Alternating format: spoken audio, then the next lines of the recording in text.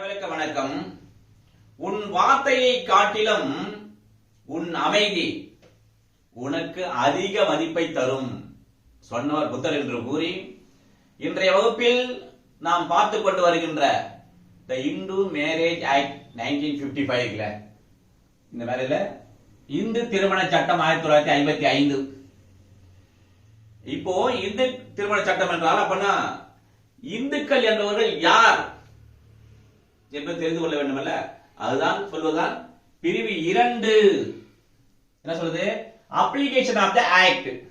இந்த சட்டமானது யாருக்கெல்லாம் பொருந்தும் அப்படின்னா இந்துக்களாக யாரையெல்லாம் நாம் எடுத்துக்கொள்ள வேண்டும் என்று நாம் பார்க்க போறோம். முதலாவதாக ஏபிசி இல்ல, முதல்ல ஏவை பார்த்துருவோம்.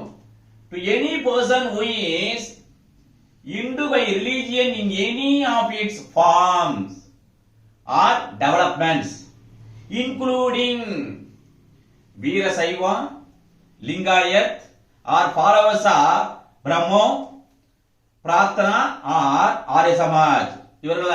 இவர்கள் அதே போன்று இந்த இந்துக்களினுடைய அந்த அமைப்பையும் வளர்ச்சியும் பின்பற்றுறாங்கல்ல, அவர்களையும் உள்ளடங்கும் இந்த இந்துக்கள் என்று சொல்கிறதான் ஏ. அடுத்து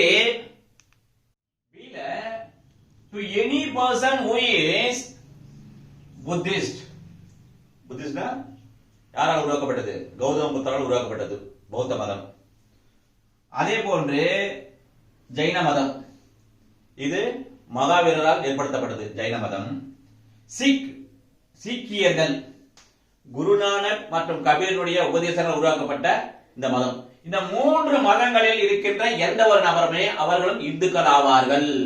அடுத்து கிளாஸ் சி பார்ப்போம்.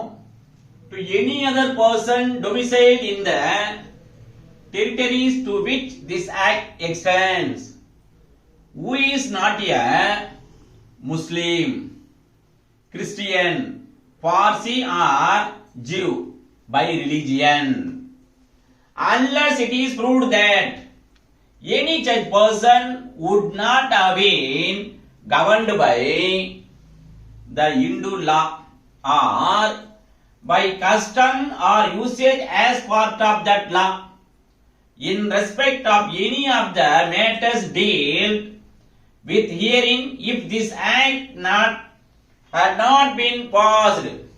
என்ன சொல்றாங்க?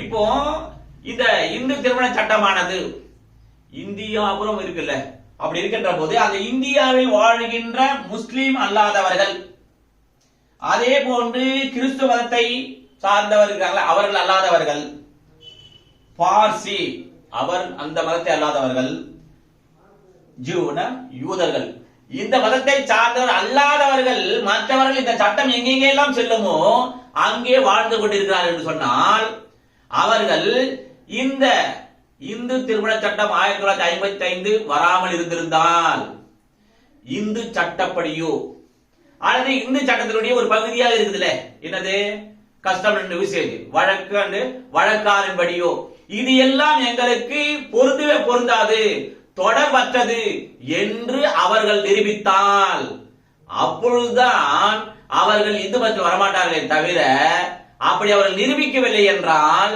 அவர்களும் இந்து மதத்தில் அடங்குவார்கள் என்று சொல்கின்றது. அடுத்து உட்பிரிவு 1 எக்ஸ்பிளனேஷன் விளக்கம் என்னவென்று பார்ப்போம்.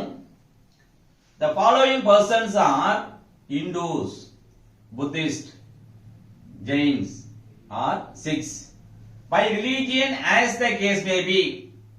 இங்கே கீழே சொல்லப்பட்டுள்ள நபர்கள் அந்த சூழ்நிலைக்கு ஏற்ப அவர்கள் இந்து, அதே போன்று புத்திஸ்ட், ஜெயினிஸ் அல்லது சீக்கியர் ஆவார்கள் என்று சொல்கிறார்கள். அந்த நபர்கள் யார் என்று சொன்னால் any child legitimate or illegitimate, both of whose parents are Hindus, Buddhist, Jains or Sikhs by religion. அதாவது இந்து மதத்தை சார்ந்த 2 பெற்றோர்களுக்கு அல்லது புத்த மதத்தை சார்ந்த தாய் தந்தை 2 பேருமே புத்த மதம் தான், அதே போன்று ஜெயின மதத்தை சார்ந்ததான் தாய் தந்தை, சீக்கிய மதத்தை சேர்ந்தவர் தான் தாய் தந்தை.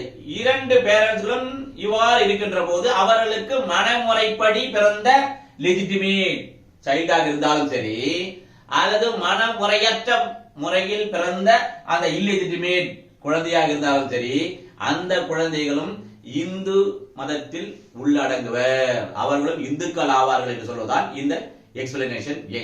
அடுத்து பி பார்ப்போம்.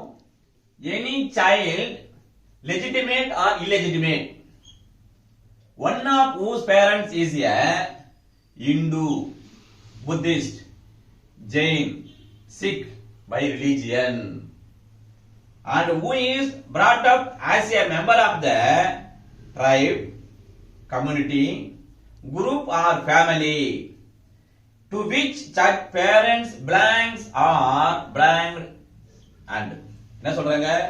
ஏற்கனவே ஏழு பார்த்தோம் பேரண்ட்கள் இருவருமே. ஆனால் இங்க என்ன சொல்றாங்கன்னா, ஒருவர் இந்துவாக இருந்து தந்தையோ தாயோ, மற்றொரு வேறு மதமாக இருந்து, அல்லது புத்திஸ்டாக இருந்து, ஜெயினாக இருந்து, சிக்குவாக இருந்து, அவ்வாறு அந்த பெற்றோருக்கு பிறந்த அந்த முறையான முறையில் பிறந்த குழந்தையாக இருந்தாலும் சரி, அல்லது மனமுறையற்ற முறையில் பிறந்த குழந்தையாக இருந்தாலும் சரி, இந்த பெற்றோர்களால், எந்த பெற்றோர்களால்? இந்த பெற்றோர்களால் ட்ரைப்ஸ் மரபு வழியாக, இன வழியாக, அதே போன்று அந்த குடும்ப முறை வழியாக வளர்க்கப்பட்ட குழந்தைகள் கூட இந்த சட்டத்தின்படி இந்துக்கள் ஆவார்கள் என்று சொல்கின்றது. அடுத்து சி பாருங்க. Any person who is a convert or reconvert to the Hindu, Buddhist, Jain or Sikh religion.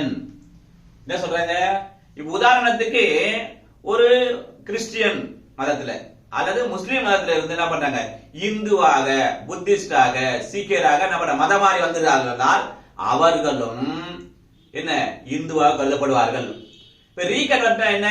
இப்ப இந்துல இருந்து கிறிஸ்டியானிட்டிக்கோ முஸ்லிமுக்கோ மதம் மாறி விட்டார்கள், மீண்டும் அவருக்கு ஐயோ நான் மறுபடியும் இந்துவுக்கு வந்து விடுகிறேன், அதே போன்று புத்திஸ்ட் வந்து விடுகிறேன் என்று, இங்க சீக்கிரம் வந்து விடுகிறேன், ஜெயின மதத்துக்கு வந்து விடுகிறேன் என்று வந்து விட்டார்கள், ரீகன்வெர்ட், அவர்களும் இந்துக்கள் என்று கருதப்படுவார்கள், இந்துக்கள் ஆவார்கள் என்று சொல்கின்றது. அடுத்து இப்போ subsection 2ல notwithstanding anything contained in subsection 1 என்ன பார்த்தல நம்ம உட்பிரிவு 1ல் எது கண்டிருந்த போதிலும், nothing contained in this act shall apply to the members of any scheduled tribe within the meaning of clause 25 of article 366 of the constitution. என்ன சொல்றாங்க? இந்த சட்டத்தில் இருக்கின்ற எதுவுமே, இங்க இருக்கின்ற இந்திய அரசியல் சட்டம் 1950 சரத்து 366 கிளாஸ் 25 படி அந்த பழங்குடி வகுப்பினருக்கு இது பொருந்தாது. எப்பொழுது பொருந்தும்? unless the central government by notification in the official gazette otherwise direct. எப்ப பொருந்தும்? ஒரு மத்திய அரசாங்கமானது தன்னுடைய அறிவிக்கை வாயிலாக, அதனுடைய அரசிதழிலோ அல்லது வேறு விதமாகவோ உத்தரவிடுகின்ற போது, இப்போ இந்த பழங்குடியினரும் இந்துக்கள் ஆவார்கள் என்று அந்த அரசு வெளியிட்டால் அப்ப பொருந்தும். சரி, இப்ப இந்த ஆர்டிகல் என்னன்னு பாத்துறோம். ஆர்டிகல் 366 என்ன? டிஃபைனிங் செக்ஷன், டெஃபினிஷன்ஸ் இருக்கும். அதுல கிளாஸ் 25 என்ன சொல்லிருப்பாங்கன்னா ஷெட்யூல்ட் ட்ரைப்ஸ் இருக்கும். மீன்ஸ் ஆர்டிகல் 342 கண்டு உள்ளவாறு இருக்கின்ற அந்த பழங்குடியினர் என்று குறிக்கும். அடுத்து உட்பிரிவு 3 என்ன சொல்றது சொன்னால், the expression Hindu in any portion of this act shall be construed as if it included a person who, though not a Hindu by religion, is nevertheless a person to whom this act applies by virtue of the provisions contained in this section. என்ன சொல்றாங்க? இந்த Hindu marriage act 1955 படி இந்த சட்டத்தினுடைய பிரிவுகளில் இந்து என்று அங்கு குறிப்பிடப்பட்டுள்ளது அனைத்தும் அவர் இந்துவாக இல்லை என்றால் கூட அது இந்துவாக எடுத்துக்கொள்ள வேண்டும் என்று சொல்வதுதான் இந்த பிரிவு, உட்பிரிவு 3. அடுத்து இப்போ இந்து திருமண சட்டம் 1955 படி இப்போ இந்துக்கள் என்றால் யாருன்னு தெரிந்து கொண்டோம். இது புரிந்தால்தான் நாம் அடுத்த நம்ம செக்ஷனை போக முடியும். அடுத்து டிஃபைனிங் செக்ஷனை பார்ப்போம். அதற்கு முன்பாக இன்றைய சிவில் ஜட்ஜி அந்த ரிசல்ட் வந்தது இல்ல, அதில் வெற்றி பெற்ற அனைவருக்கும் எங்கள் ஸ்ரீ விக்னேஸ்வரா லா அகாடமி இலவச சட்ட பயிற்சி வகுப்பு திருவள்ளூர் சார்பாக வாழ்த்துக்களை தெரிவித்துக் கொண்டு, அதே போன்று இந்த தேர்வில் வெற்றி வாய்ப்பை இழந்த நீங்கள் மனம் தளராமல் விடாமுயற்சியுடன், எப்படி தாமஸ் ஆல்வா எடிசன் அவர்கள் 999 முறை தோல்வி அடைந்து 1000வது முறை தான் பல்பை கண்டுபிடித்தார். அவர்கள் கேட்டார்கள், நீங்க 999 முறை நீங்க பல்பை கண்டுபிடிக்கலையேன்னு சொன்னேன். அவர் சொன்ன பதில் என்ன தெரியுமா? நான் பல்பை கண்டுபிடிக்க முடியவில்லை, ஆனால் இந்த பல்பை எவ்வாறு கண்டுபிடிக்க முடியாது என்பதை நான் கற்றுக்கொண்டேன் என்று சொன்னார். அதனால் நீங்களும் எவ்வாறு தேர்வில் வெற்றி பெறுவது என்பதை நான் அனுபவித்து தெரிந்து கொண்டேன் என்று புரிந்து கொண்டு விடாமுயற்சியுடன் தொடர்ந்து பயிற்சி செய்து அடுத்த தேர்வில் நீங்கள் வெற்றி பெற வாழ்த்தி முடிக்கிறேன். நன்றி, வணக்கம்.